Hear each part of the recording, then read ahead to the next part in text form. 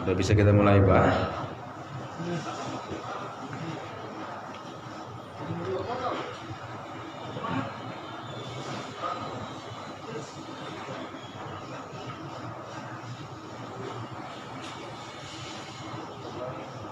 Assalamualaikum warahmatullahi wabarakatuh. Waalaikumsalam warahmatullahi wabarakatuh. Alhamdulillah, nahmaduka ya man awdahta lana subulal hidayah wa ajahta ambasairina gisawatal giwaya wa nusalli wa nusallimu man arsaltahu basyiran wa nadhira wa da'iyan ilallahi biidnihi wa sirajan munira. Ashhadu an la ilaha illallah wa ashhadu anna Muhammadan abduhu wa rasuluh. Allahumma fashalli wa sallim wa barik ala sayyidina Muhammadin wa ala alihi wa atba'ihi wa man tabi'ahum bi ihsan ila yaumiddin. Puji syukur hanya milik Allah. Salawat salam buat yang mulia baginda Rasulullah sallallahu alaihi wasallam.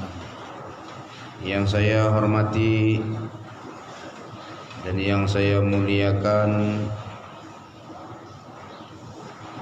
bapak-bapak, saudara-saudara jamaah Masjid At-Taubah, Lapas Narkotika kelas 2A Pematang Siantar. Hadir juga di sebelah saya Ustadz Ahmad Fadli Tambunan. Umumnya kita yang berhadir pada kesempatan pengajian kita, pengajian rutin setiap hari Kamis yang sekarang kita laksanakan pada tanggal 25 Agustus 2022. Kemarin pembahasan terakhir kita tentang apa? Tentang apa yang terakhir? Kan yang saya ingat habis masalah hewan yang halal atau yang haram, kita membahas masalah mandi ya. Mandi janabah ya. Belum. Wudu belum ya. Istinja udah. Masalah istinja sudah. Masih hadas terbagi dua ya kan berarti ya. Hadas besar, hadas kecil gitu ya? Oke. Sekarang kita masuk adab dan aturan istinja. Adab dan aturan istinja. Dalam kitab yang saya tulis ini, saya menyampaikannya di sini, menulisnya orang yang buang air kecil maupun besar wajib hukumnya beristinja dengan air yang bersih. Istinja bahasa Indonesianya cebok ya. Wajib hukumnya beristinja dengan air yang bersih. Air yang bersih di sini kita harus kembali kepada al-ma'u tahurun, yang kembali kepada pembagian air kemarin. Pertemuan-pertemuan sebelumnya kan ada kita cerita tentang air, yakni air yang suci lagi dapat mensucikan, mesti itu airnya. Jadi kalau istinja pakai aqua hukumnya gimana? Bersih. Kalau istinja pakai sprit, ini yang enggak bersih. Pakai sprit enggak bersih. Ya. Hukumnya beristinja dengan air yang bersih. Dengan batu, tisu atau lainnya, dengarkan, dengan batu, tisu atau lainnya adalah jalan lain. Berarti alternatif, bukan perintah, alternatif. dengan batu, tisu atau lainnya adalah jalan lain jika tidak atau memang sulit menemukan air. Ada air tapi sulit untuk menemukan air yang lain. Air ini banyak manfaatnya untuk wudu, untuk minum. Yang kalau ini dipakai juga untuk istinja, rasa-rasanya nanti nggak cukup. Terus gimana? Pakai tisu. Paham Bapak-bapak? Kan ada air misalnya 1 tong. Air ini air suci yang dapat mensucikan. Cuman air yang 1 tong ini cuman itu toh. Air yang lain nggak dapat lagi, susah cari air karena kemarau panjang umpamanya.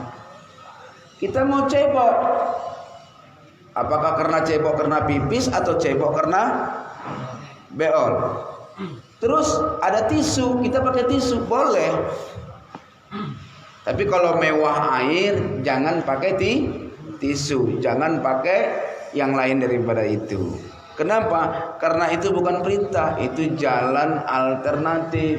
Kalau sulit mendapatkan air atau ketiadaan air, ya.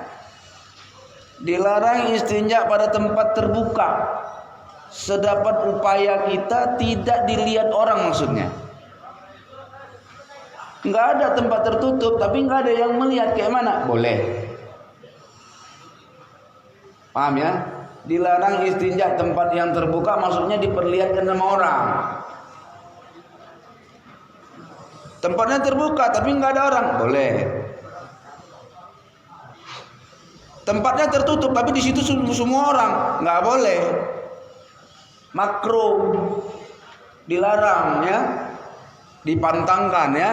Kan sudah kita jelaskan ya. Di makruh itu hal-hal yang dipantangkan. Juga dilarang melihat orang yang sedang istinja. Orang yang istinja pun jangan kita lihat-lihat. Misalnya ada satu tempat yang nggak mungkin lagi ditutup, tapi nggak mungkin juga orang diusir. Kita ada di situ, ada orang istinja. Jangan kita lihat. Tutup bagian kepala saat beristinja. Tutup bagian kepala saat beristinja.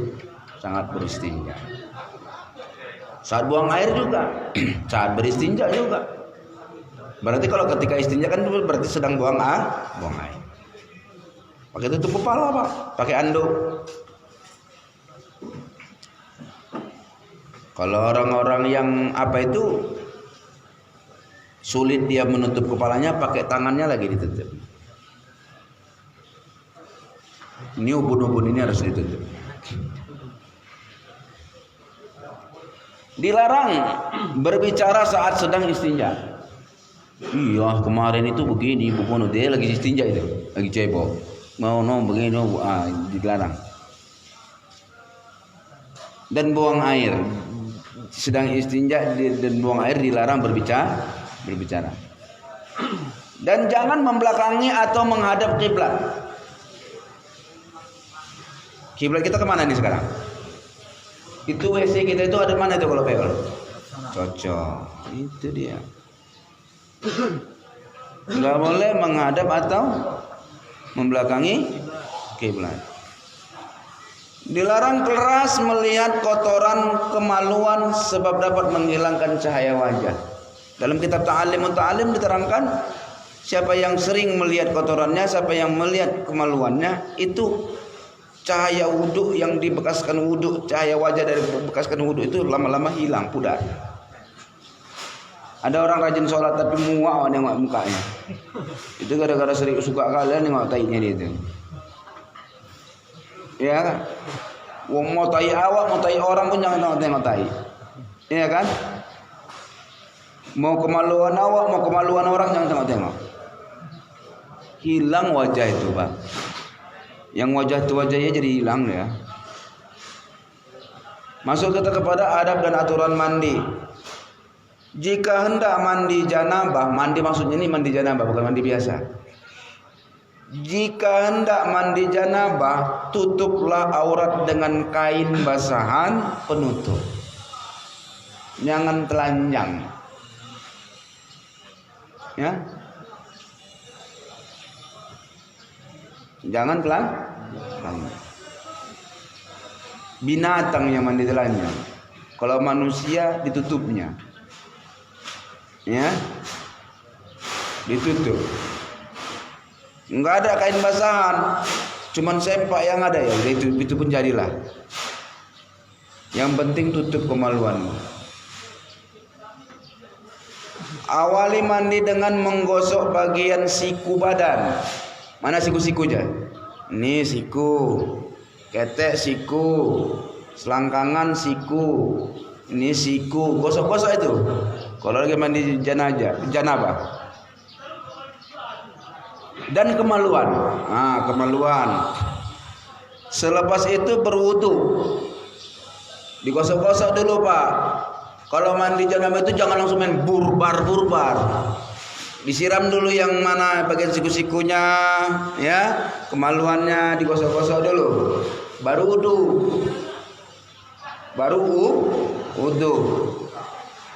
Kemudian niat mandi janabah. Niatkan dalam hati kita sedang mandi janabah. Aku niat mandi janabah karenamu ya Allah. Mau menghilangkan hadis besar, hadis kecil. Karenamu ya Allah. Gitu ya. Sirami badan seluruhnya tanpa jeda. Sirami badan seluruhnya tanpa jeda waktu yang lama. Ini siramnya badannya. Ini belum kepala, belum kepala semua. Cakap pentingnya merokok, baru tambahnya lagi dia lanjutnya. Itu nggak laku itu ya. Udah jeda lama itu, ya. Sunat hukumnya mandi dengan sabun atau daun pandan. Kenapa? Daun pandan itu kan wangi, Pak. Sabun wangi. Sunat. Disuruh. Adab dan aturan berwudu. Adab dan aturan berwudu. Jika hendak berwudu, gosoklah tangan terlebih dahulu. Ini tangan kita ini banyak kumannya nih. Masukkan air ke hidung dan keluarkan. Istinsaq. Masukkan air ke hidung, keluarkan. Lalu berkumur-kumur, istinsaq, ya. Lalu kumur-kumur, gosok-gosok giginya. Kata Nabi, laula an asyaqqa ala ummati la amartuhu bisyawaqi inda kulli shalah. Kalau enggaklah memberatkan bagi umatku, la amartuhu bisyawaq. Aku perintahkan bagi umatku sebelum sholat itu harus bersiwak. Maksudnya sebelum sholat itu ada yang beranggapan sebelum takbiratul ula, ada yang beranggapan sebelum wudu mau sholat itu. Ya. Kalau enggak wajib itu, kalau enggak memberatkan kita itu wajib. Makanya bergosok gigi itu sunnah muakkadah. Digini-gini kan aja kalau enggak ada gosok gigi. Pakai jari.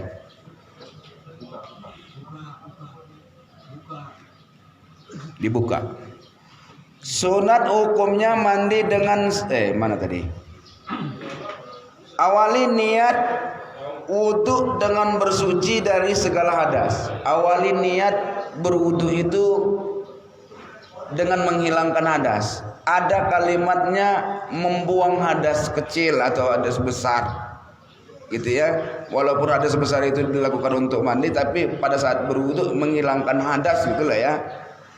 Karena orang yang berhadas besar obatnya mandi janabah. Kalau orang yang hadas kecil obatnya biar jangan hadas kecil wudu. Kan gitu ya. Jadi ada niat begitu. Nawaitul wudu'a li rabbil hadasil asghari an jami'il badan. Fardhu lillahi ta'ala gitu ya. Fardhu lillahi ta'ala. Kalau niat itu gini aja. Aku niat wudu buang hadas karena Allah Ta'ala gitu ya. Basuh bundaran wajah 3 kali. Yang namanya bundaran wajah adalah ini kulit wajah ini yang tidak ditumbuhi rambut. Ini ya. Ini bundaran wajah. Cuman lebat kali jenggot waktu. Mungkin di dalam jenggot-jenggot itu nggak kena itu basah. Nggak apa-apa, dimaafkan ya. dimaafkan kalau itu ya. Makanya disunnahkan untuk menyelang-nyelangi air ke jenggot kita. Ada sedikit Ustaz nggak kena perasaanku. Gimana itu Ustaz? Nggak apa-apa, dimaafkan ya. Karena sudah diselang-selangi tadi ya. Karena tebal kali jenggot waktu pula. Makanya kalau punya jenggot itu nggak usah tebal-tebal kali. Kedua, tangan hingga siku. Ingat, tangan sama siku. Tangan sampai siku. Jangan siku ke kanan, ke tangan. Nanti ininya nggak kena basah. Ini susah basahnya ini, ya kan? Kalau kayak gini beruduk, gini dia beruduk, gitu. Nggak basah itu Pak. Nanti kalau nggak basah, orang yang nggak sah wudunya sah nggak sholatnya? Enggak.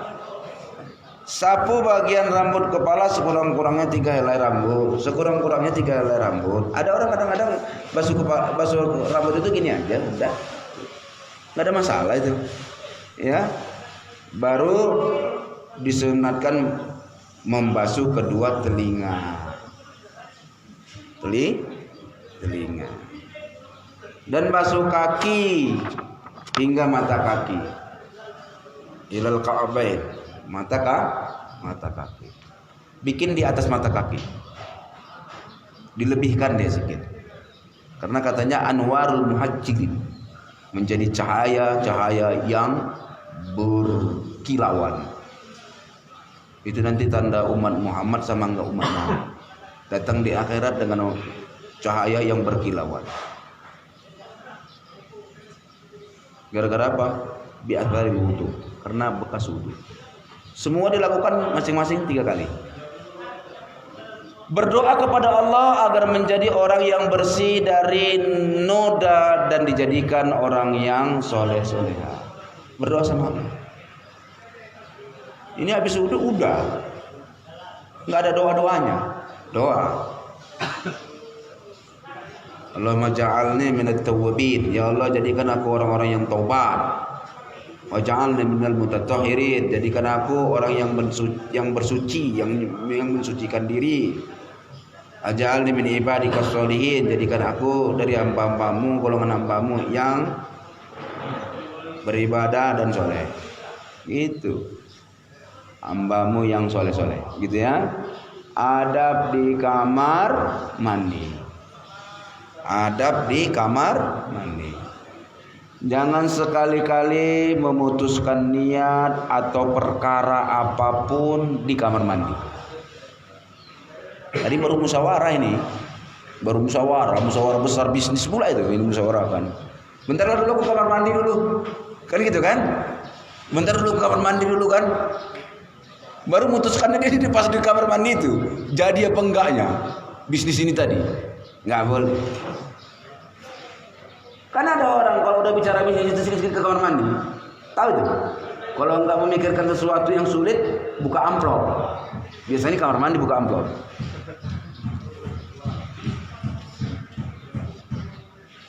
Saya kan pernah gitu.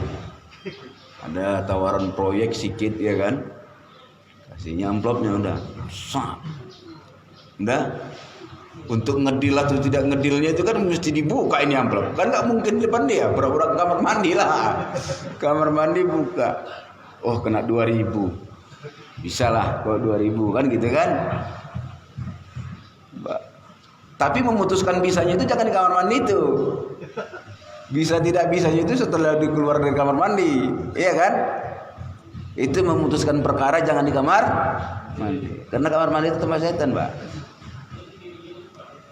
Jangan sekali-kali membawa mushaf Al-Quran, mushaf Al-Quran atau bahagian daripada mushaf Al-Quran.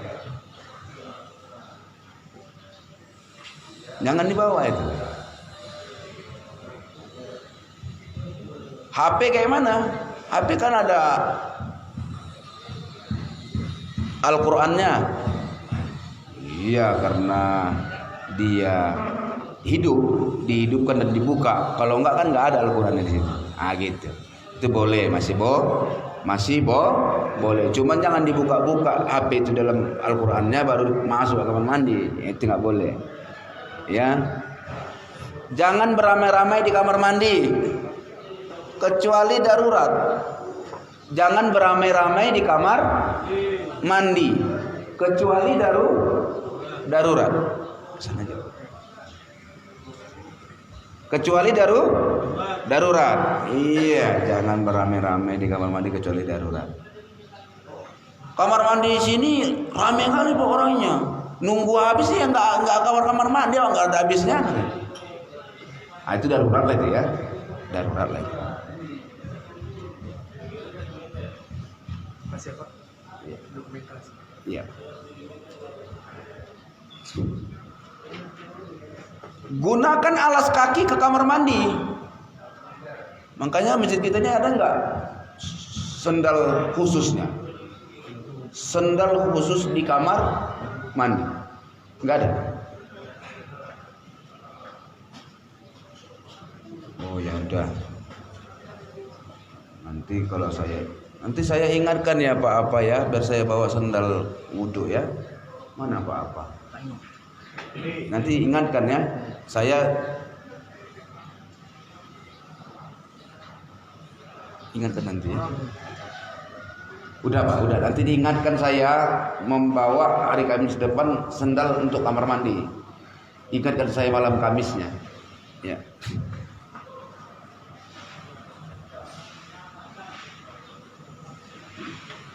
Masuklah ke kamar mandi dengan doa perlindungan dari kejahatan setan. Allahumma inni a'udzubika minal khubusi wal khaba'is. Allah kayak anak TK aja katanya. Sekarang udah anak TK aja yang ngamalkan ini, Pak. Orang tua udah enggak ngamalkan ini lagi, Pak. Pikirnya Islam itu untuk anak TK. Iya kan? Orang makan baca bismillah Allahumma barik lana fima razaqtana wa qina adzabannar. Allah kayak anak TK aja kau katanya. Sekarang yang baca doa makan cuma anak TK aja, orang tua udah enggak lagi. Entah kenapa lagi kita ini enggak ngerti aku. Enggak ngerti saya, Pak. Anak TK aja, nanti anak TK itu kalau udah SD pun udah enggak lagi.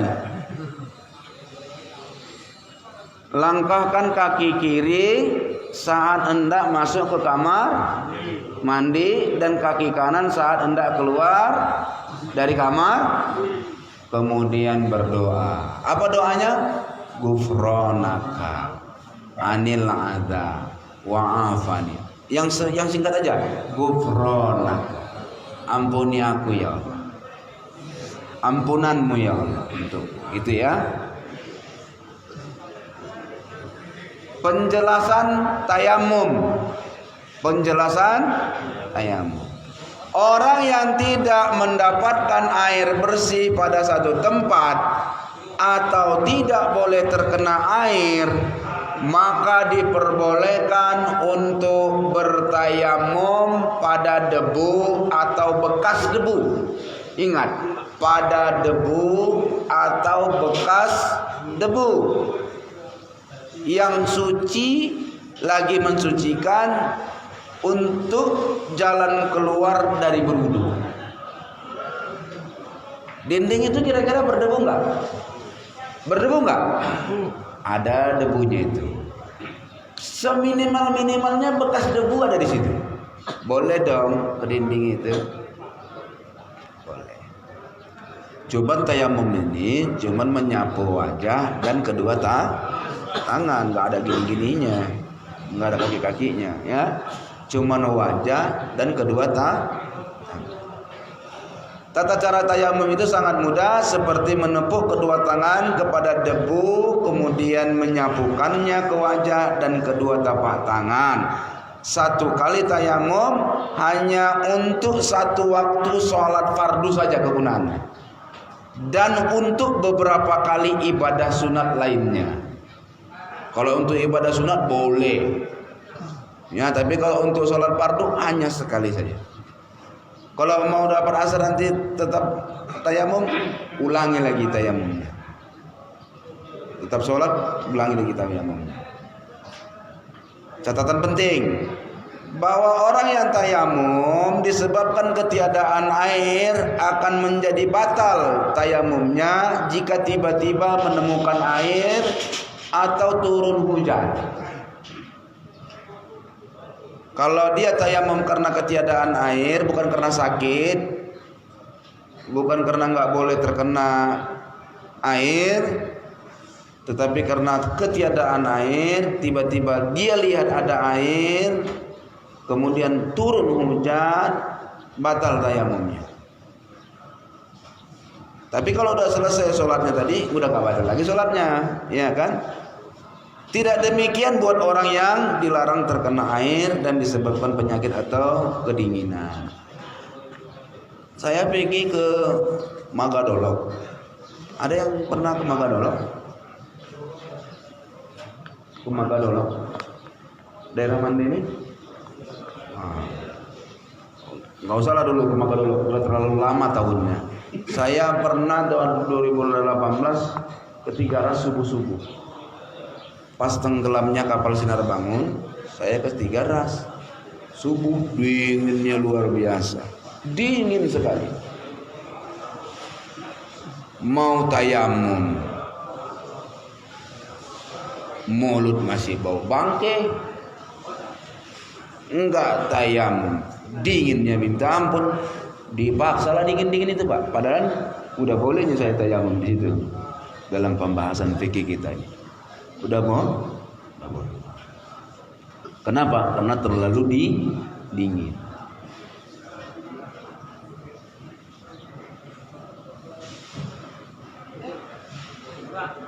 Sikit lagi ya Pak ya. Pembahasan syahadatain, orang yang berikrar dengan kesungguhan hati dan lisannya bahwa hanya Allah yang layak disembah, Nabi Muhammad sebagai utusan Allah dan ikutannya, maka seseorang itu disebut muslim. Kalau orang sudah bersyahadat muslim. Nabi melarang keras untuk kita menyebut orang yang bersyahadat kafir. Dilarang Nabi keras-keras. Jangan kafir-kafirkan orang, ya, apalagi dia bersyahadat. Itulah susahnya kita mengkafirkan orang Syiah itu. Itulah susahnya kita mengkafirkan orang Ahmadiyah itu. Itulah kita susahnya mengkafirkan orang Wahabi. Kenapa? Karena dia bersyahadat. Di situ susahnya kita mengkafirkan mereka. Padahal mereka sudah kafir. Sekalipun mungkin ia kafir secara fi'li atau ahli maksiat itu, udah kafir itu enggak? Kafir, tapi enggak boleh kita kafir.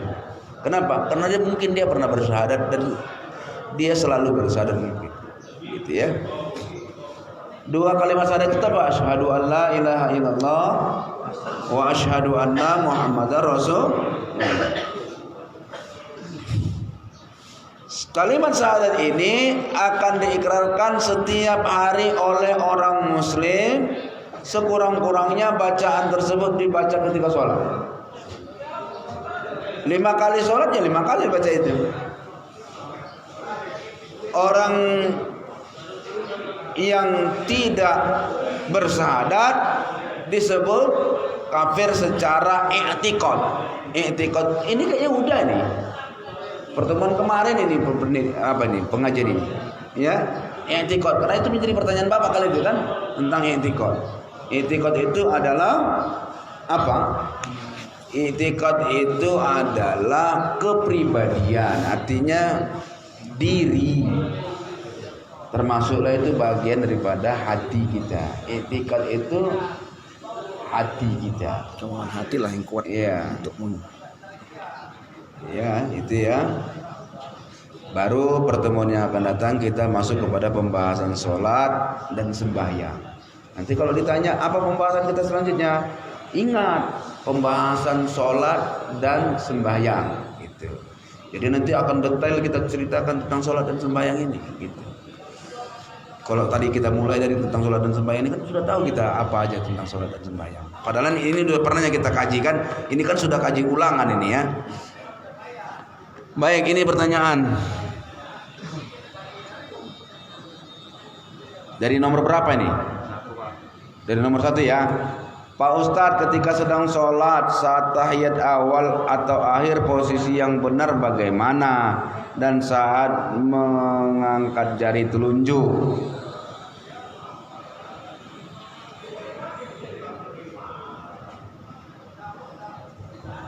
Posisi yang benar itu, coba contohkan Ustaz. Coba contohkan Ustaz. Langsung aja lah. Ah, coba gimana kamu biasanya? Itu awal. Akhir gimana biasanya? Sudah benar ini. Ini yang benar tahiyat akhir. Ini yang benar. Enggak dapat jarinya semua ke depan, cuman jempol doang, enggak apa-apa. Yang penting ada yang ke depan. Ya. Begitu juga tadi pada saat tahiyat awal. Kemudian ngangkat tangan itu begini. Enggak usah mukhayyar, yang gini-gini itu enggak usah.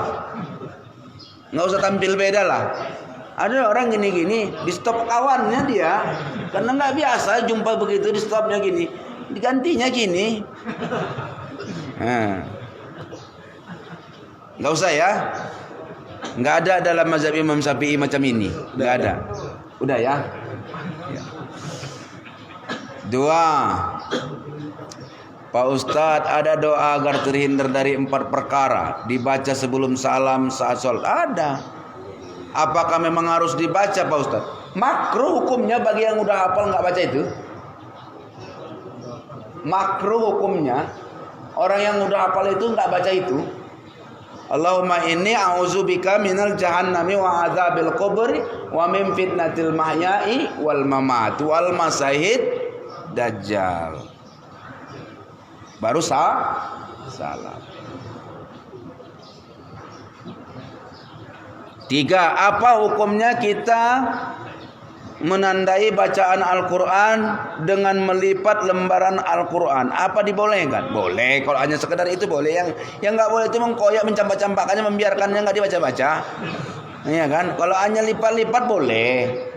Tandanya udah sampai sini aku baca, nanti aku lanjutkan selanjutnya, boleh. Yang nggak boleh itu dikoyak-koyak. Nggak apa-apa, masih boleh itu.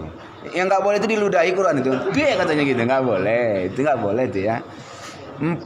Pak Ustadz, apa hukumnya masang guli-guli di kemaluan laki-laki? Ini anak-anak napi ini lah ini ya.